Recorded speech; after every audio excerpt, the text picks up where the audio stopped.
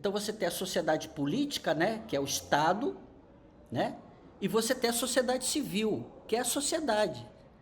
Quando a gente está numa democracia, e eu falei para vocês, pessoal, que a democracia lá na Europa, ela foi sendo aperfeiçoada por conta das lutas populares, das lutas dos trabalhadores, tá certo? Como eu falei anteriormente.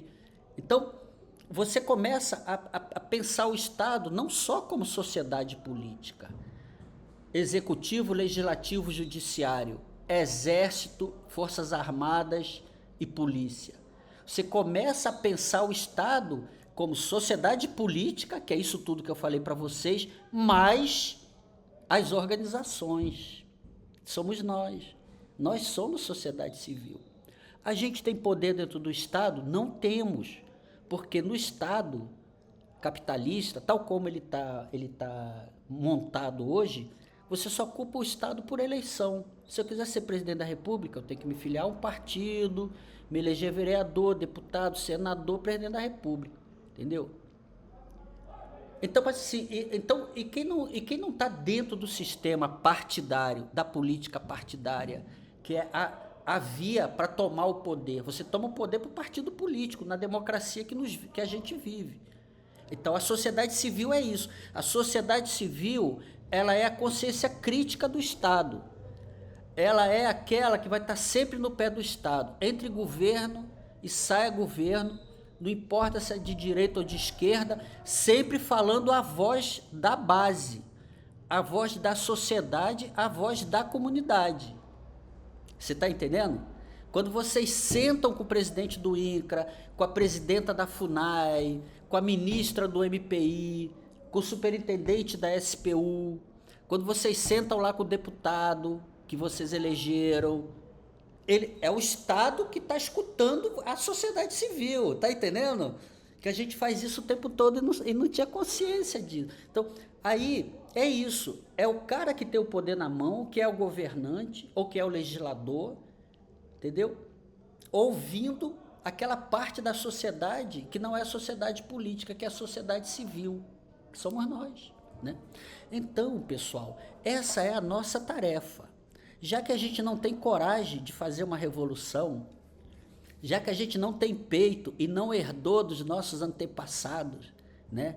Aquele sentido de urgência para mudar as coisas, entendeu? E a gente não tem arma, tá certo?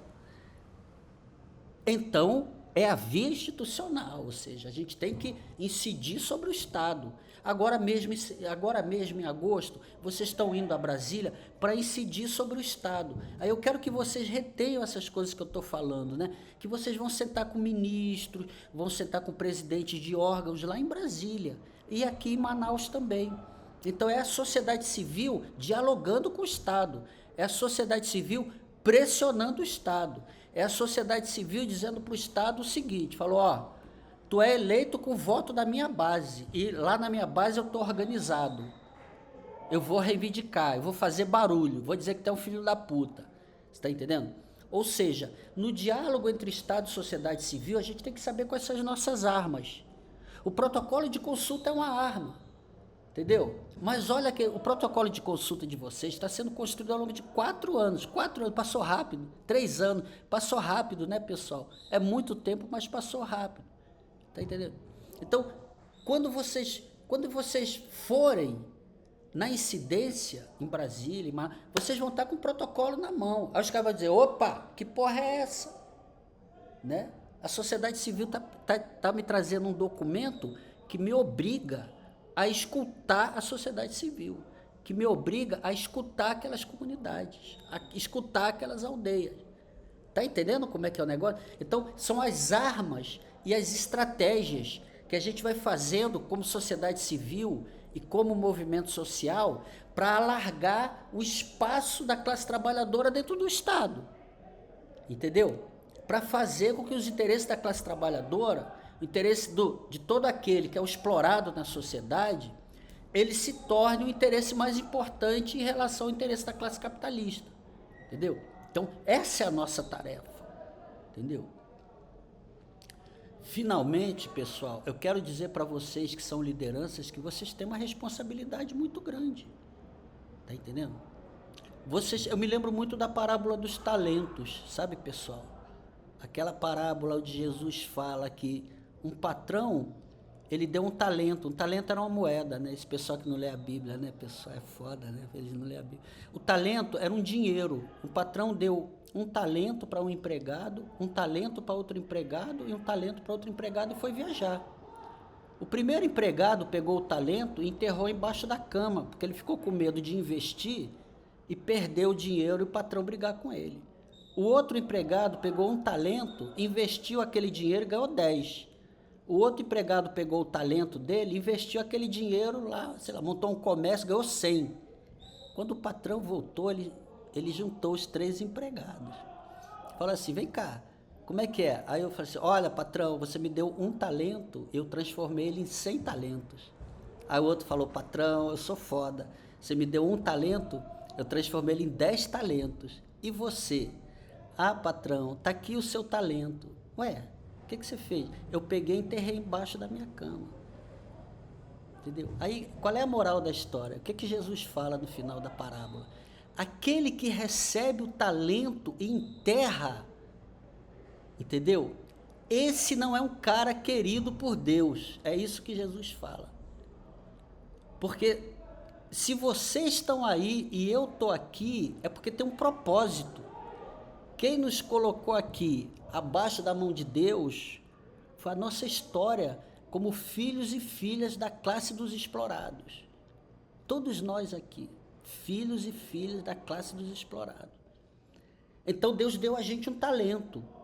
A gente tem que fazer. Que talento é esse? É a informação, é a união, é a organização. Esse talento que Deus nos dá como liderança, a gente tem que transformar ele em 100. A gente não pode receber um talento, entendeu? E não transformar ele em nada. A gente tem que multiplicar. Então, aquele servo que recebe o talento e multiplica e não enterra seu talento, esse é uma boa liderança. Agora, aquele que recebe o talento e enterra, e como é que ele enterra o talento dele? Não fazendo aquele talento crescer, não fazendo seu povo se organizar, com a boca colada no saco do político, que é um baba-ovo, entendeu? Esse enterrou o seu talento, esse não é querido pelo pai, tá certo? Então, é uma responsabilidade muito grande de vocês, tá certo? Acho mesmo que a tendência é um movimento aí no sul do Amazonas se organizar mais, né? Fico muito feliz esses diálogos que estão tendo os 3 grandes movimentos, a CONAC, Quilombola, o CNS e a COIAB, né? Porque a gente vai precisar estar muito junto, porque tempos muito ruins estão vindo aí, tá certo? A gente ainda está numa conjuntura política muito incerta, tá certo? A gente passou por uma tentativa de golpe de Estado aí pela extrema-direita. A gente vê o que eles estão fazendo no Congresso, os absurdos deles, né? Agora a Câmara de Vereadores de São Paulo, um vereador lá, bolsonarista lá, ele passou uma lei para multar em 17 mil reais quem distribuísse comida para os pobres que estão no meio da rua. Quer dizer, não dá para entender uma coisa dessa. Quer dizer, o cara está fazendo caridade e ele vai ser multado por isso. Acho que Cristo seria multado por isso. Se pegasse ele multiplicando pão no meio da rua, ele já ia levar uma multa de 17 mil reais. E se bobear, ele ia até em cana, né? Vestido com aquele vestidão e dizer, pô, esse cara é um maluco, multiplicando pão, vamos botar ele em cana. Então a gente tem que ter isso muito claro da nossa parte, tá certo? Assim, a responsabilidade. Pessoal, a nossa fidelidade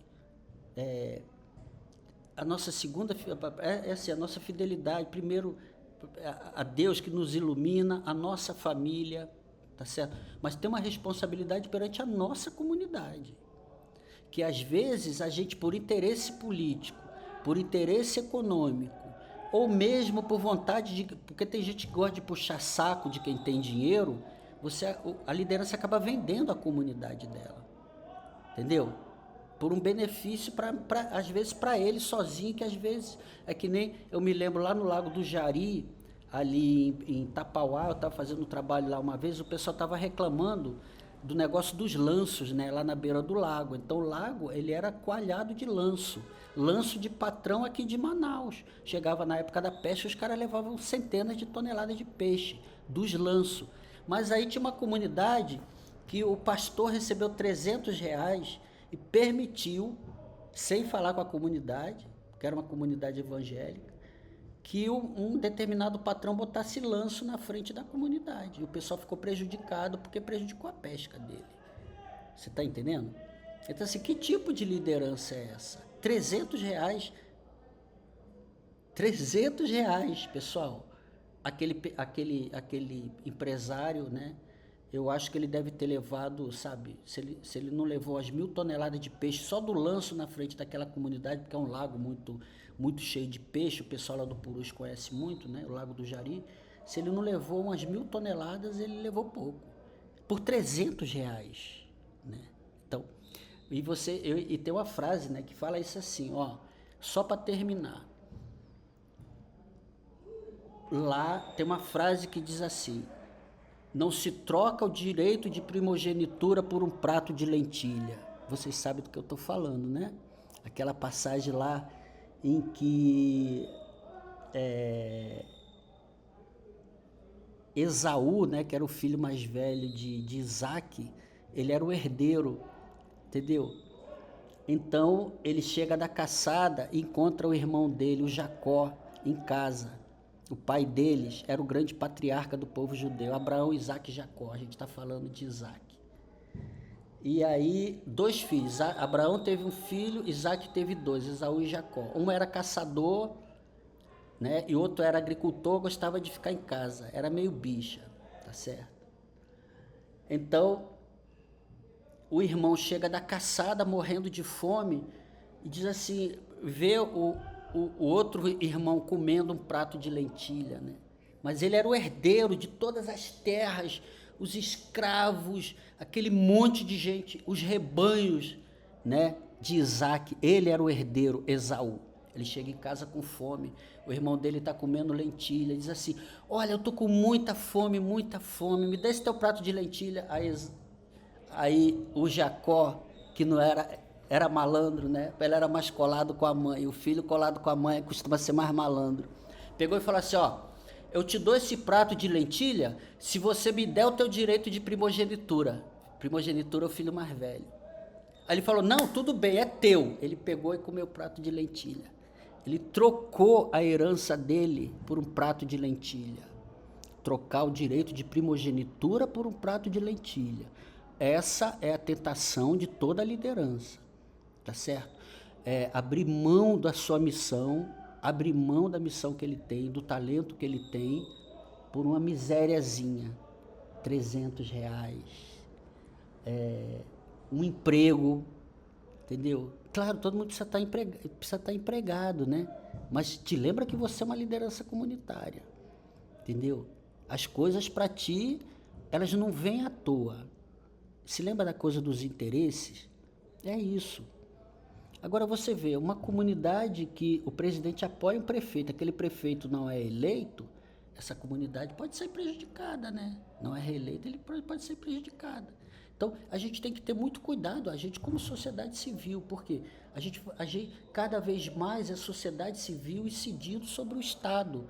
Olha a questão dos protocolos, entendeu?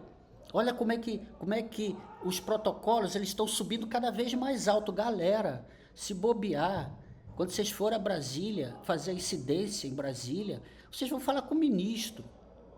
Você está entendendo? Então, olha o tamanho da responsabilidade. E a gente tem que estar muito ciente disso, entendeu? E, gente, temos que fazer reunião. Vocês têm que se entender também como educadores. Olha, um cara que eu gosto muito, Reginaldo, lá do Capanã Grande. Coitado do Reginaldo. O Reginaldo, ele não tinha experiência nenhuma de associação. Ele foi eleito há 1 ano atrás, quando o seu Manuel Barrasco, acabou o tempo do mandato dele, houve outra eleição, o Reginaldo entrou. Você está entendendo? Caramba, aí, tipo assim, Reginaldo tem que... Aí um dia Reginaldo me passa uma mensagem, Josi, não, aí um comunitário me passa uma mensagem metendo pau no Reginaldo, que o Reginaldo estava roubando o dinheiro da borracha, bababá, bababá, para mim, né? Cara, eu escutei aquele áudio, aí eu falei com o Reginaldo, falei, Reginaldo, que porra é essa? O que é que tá acontecendo? Ele falou, Josi, papapá. Falei, amigo, então não tem problema de dinheiro, não tem, então faça uma reunião de prestação de contas. Faça uma assembleia de prestação de contas, meu amigo. O que custa? Qual é o medo que vocês têm do povo de vocês? Tá entendendo? Aí foi legal, porque ele fez a reunião, ele me mandou foto e ele fez a prestação de contas, ficou tudo legal. Tá entendendo? Então, vocês têm um papel de educador. A liderança também é o educador popular, entendeu? E vocês têm que se aperfeiçoar, né, nessa coisa da educação, de saber fazer uma palestra, usar essas metodologias todas. Mas isso é bobagem, entendeu? É bom ter, mas o mais importante é a associação fazer suas reuniões regulares, é as pessoas verem que vocês estão trabalhando na defesa do território, é vocês fazer a divulgação do que vocês estão fazendo, é vocês mobilizarem, envolverem cada vez mais as comunidades no trabalho que vocês estão fazendo. Então vocês vão acabar sozinhos. Ah, o presidente não me dá nada para eu fazer, eu sou diretor e... Como assim? Uma direção de uma associação que não faz reunião da diretoria. Da diretoria. Então a terra indígena lá em Boca do Acre, Camicoã, eu adoro. Eu adoro os Apurinã, sabe? Eles são maravilhosos, entendeu? Então, a aldeia Camicoã, quando tinha reunião da associação, a diretoria em peso, não faltava um indígena. E o pau quebrava, pei, Cacique Manari era o presidente, entendeu? Mas todo mês eles estavam ali. Aí o diretor pegava, olha, eu tive numa reunião lá na Secretaria de Educação, aí outro diretor, olha, eu fui lá no IDAM e os caras, sabe? Porque o índio está circulando pela cidade, está cheio de informação. Ele leva aquilo para o espaço da diretoria, entendeu? E vocês, como diretores, têm que levar para a comunidade, porque a comunidade quer saber. Ela vai dizer, porra, esse cara não trabalha, não vejo ele fazendo nada. Tá entendendo? Então, gente, falamos sobre isso, como funciona a nossa sociedade, tá certo? Qual é a história do Estado, um pouquinho de história do Brasil, e eu estou muito feliz de estar conversando aqui com vocês. Que Deus abençoe a todos nós. A maior bênção que Deus pode nos dar é a união, é a organização, tá certo?